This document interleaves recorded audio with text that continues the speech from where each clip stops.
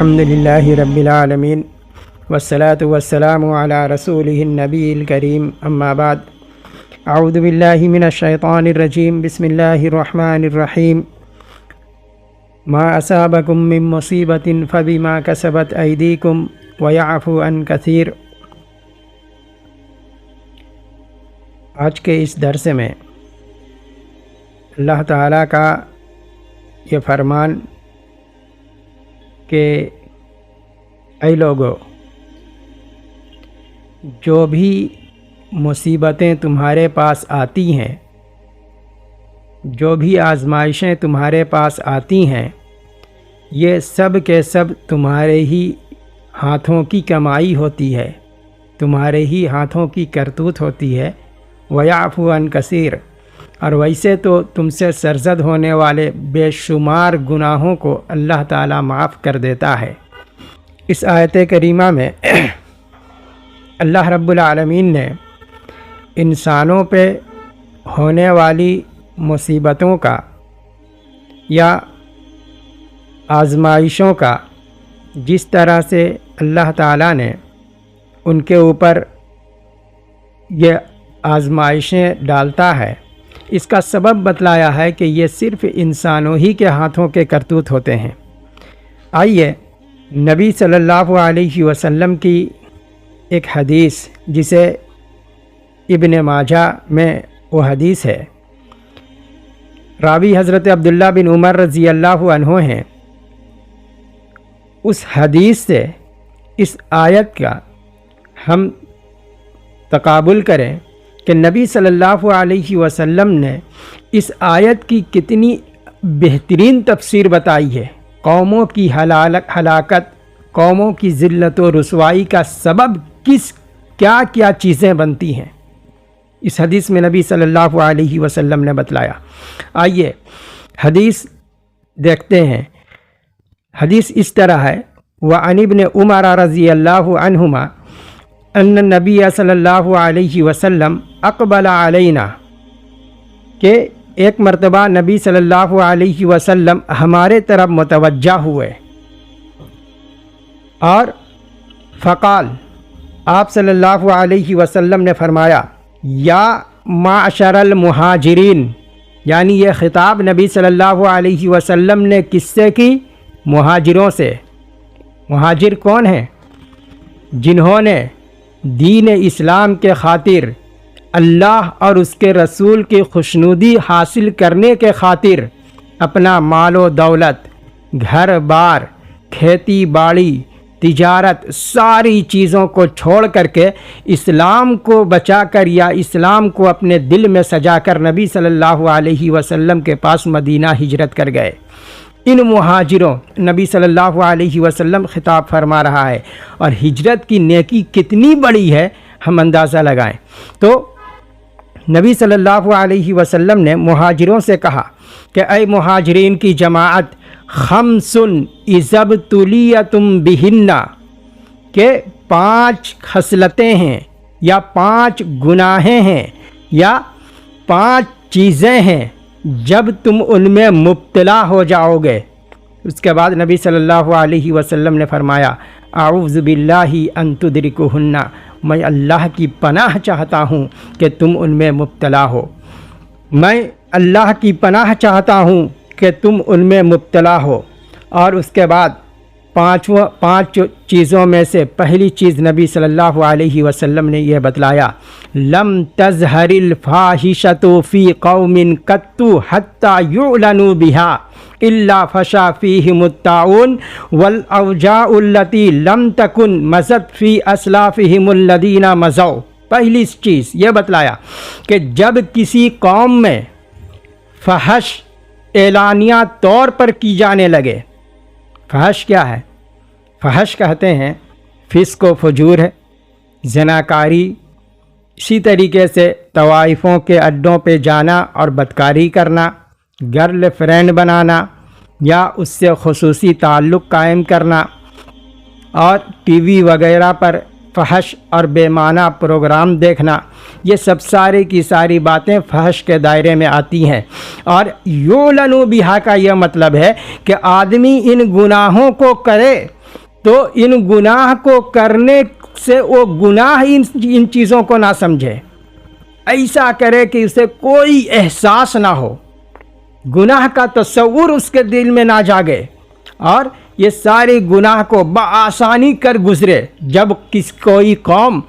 اس بیماری کے اندر مبتلا ہو جاتی ہے تو اس کا کیا ریئیکشن ہوتا ہے، نبی صلی اللہ علیہ وسلم نے یہ بتلایا، الا فشا فیہم الطاعون، اس قوم پر اللہ طاعون جیسی مہلک بیماری کو بھیج دیتا ہے، طاعون جیسی لا علاج اور ہلاک کرنے والی بیماری کو بھیج دیتا ہے۔ اتنا ہی نہیں، آگے فرمایا، اور ایسی بیماری کو اس قوم کے اوپر بھیجتا ہے جو اس سے پہلے کے لوگوں نے ایسی بیماری نہیں دیکھی ہے، یعنی لا علاج بیماری، نئی نئی بیماریاں جس سے لوگ موت کے دہانے تک پہنچ جائیں اور اس کا علاج کچھ نہ ہو، جیسے آج کے اس دور میں کرونا وائرس کی شکل میں جو بیماری ہم پر آئی، ساری دنیا والوں پہ آئی۔ ذرا غور کریں یہ کون سی بیماری ہے اور اس کا آنے کا کیا سبب ہے، اللہ نے کیوں اس بیماری کو ہمارے اوپر مسلط کیا ہے۔ اس کی سبب نبی صلی اللہ علیہ وسلم نے نبی صلی اللہ علیہ وسلم نے بتلا دیا کہ جب کوئی قوم کسی فاحشہ کے اندر مبتلا ہو جائے، فواحش کے اندر مبتلا ہو جائے اور اسے اعلانیہ طور پر کرنے لگے تو نئی نئی بیماریاں تم پر آئیں گی، نئی نئی بیماریوں کو اللہ تم پر مسلط کرے گا۔ دوسری چیز نبی صلی اللہ علیہ وسلم نے یہ فرمایا کہ وَلَمْ يَنْقُصُ الْمِكْيَالَ وَالْمِيزَانَ، اور جو قوم ناپ تول میں کمی کرنے لگے، لیتے وقت پورا لے اور دے تو کم کر کے دے، جب کوئی قوم ناپ تول میں کمی کرنے لگتی ہے تو اس کا ریئیکشن یہ ہوتا ہے الا اخذ بالسنین، تو اللہ تعالیٰ اس قوم کو قحط سالی میں مبتلا کرتا ہے، بھوک اور پیاس سے تڑپاتا ہے، قحط سالی میں اسے مبتلا کرتا ہے، اور وشدت المعونہ، معاشی رزق کو جو ہے تنگ کر دیتا ہے، معاشی تنگی میں اللہ تعالیٰ اس قوم کو مبتلا کر دیتا ہے۔ اور ساتھ میں نبی صلی اللہ علیہ وسلم نے فرمایا وَجُوَرِ السُّلْطَانُ عَلَيْهِمْ، اور ان کے اوپر ظالم حکمراں اور ظالم بادشاہ کو مسلط کر دیتا ہے۔ آج اگر ہم اس بات کے شکار ہیں کہ ہم پر ظالم حکمراں مسلط ہے، آج معاشی تنگی میں ہم مبتلا ہیں، آج رزق کی تنگی میں ہم مبتلا ہیں، مہنگائی آسمان چھو رہی ہے، تو اس کا واحد سبب نبی صلی اللہ علیہ وسلم نے اس حدیث کے اندر بتلایا کہ قوم ناپ تول کے کمی کے اندر مبتلا ہے، یعنی قوم اس حد تک پہنچ چکی ہے کہ لینے میں پورا لیتے ہیں، دینے میں آدھا دیتے ہیں، یعنی ڈنڈی مارنا اور کانٹا مارنے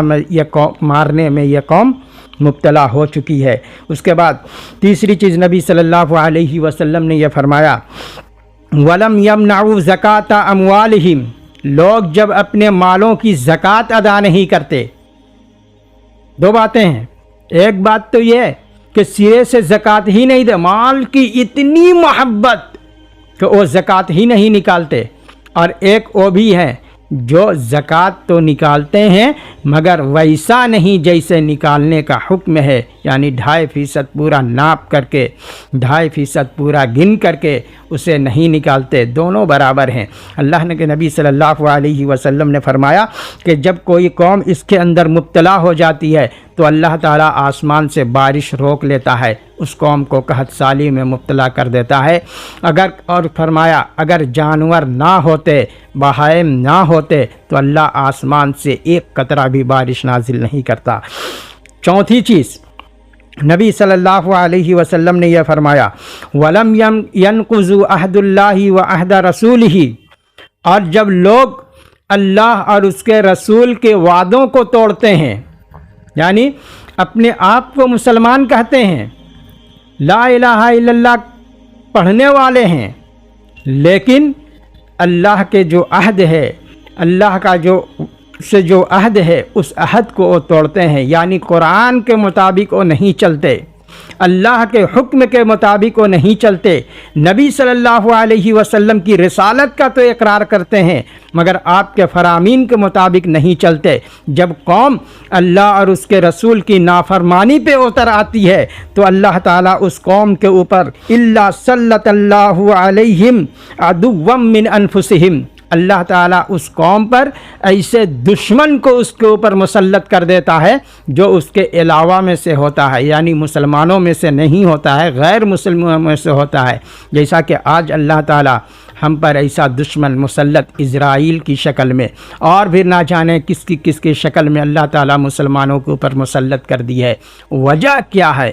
سبب یہ کیا ہے؟ صرف یہی کہ ہم نے اللہ اور اس کے رسول کے عہد و پیمان کو توڑ دیا ہے، ہم نے اللہ اور اس کے رسول کی نافرمانی کی ہے۔ پانچویں چیز، نبی صلی اللہ علیہ وسلم نے یہ فرمایا وَمَا لَمْ تَحْكُمُ أَئِمَّتُهُمْ بِكِتَابِ اللَّهِ، اور جب کسی قوم کی لیڈر، امام، حکمراں اور سردار اللہ کے کتاب کے مطابق فیصلہ لوگوں میں نہیں کرتے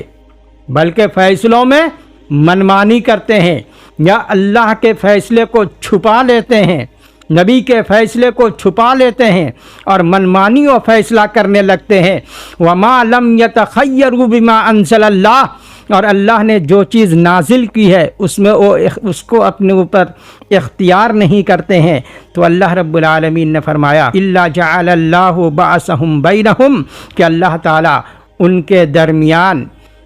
اختلاف کو پیدا کر دیتا ہے، پھوٹ کو پیدا کر دیتا ہے، جیسا کہ آج ہم مسلمانوں کے بیچ میں ہے۔ کتنا اختلاف،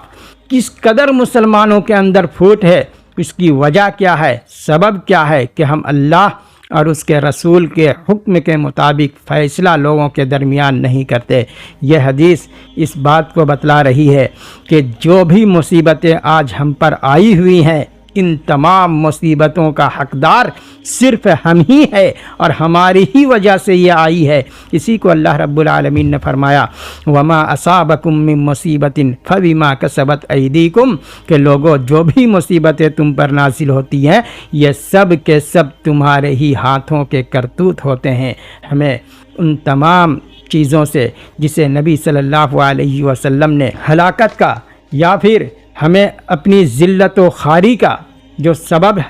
بنتی ہے، جو چیزیں بنتی ہے جسے نبی صلی اللہ علیہ وسلم نے اس حدیث میں بیان کیا ہے، ہمیں چاہیے کہ ہم اسے چھوڑ دیں اور ان گناہوں سے توبہ کریں اور اللہ اور اس کے رسول کی باتوں کو اختیار کریں اور اسی پر عمل کریں۔ یقیناً آج بھی ہماری حالت بدل سکتی ہے۔ اللہ رب العالمین سے دعا ہے کہ اللہ تعالی ہمیں دین اسلام کی صحیح سمجھ عطا فرمائے۔ آمین۔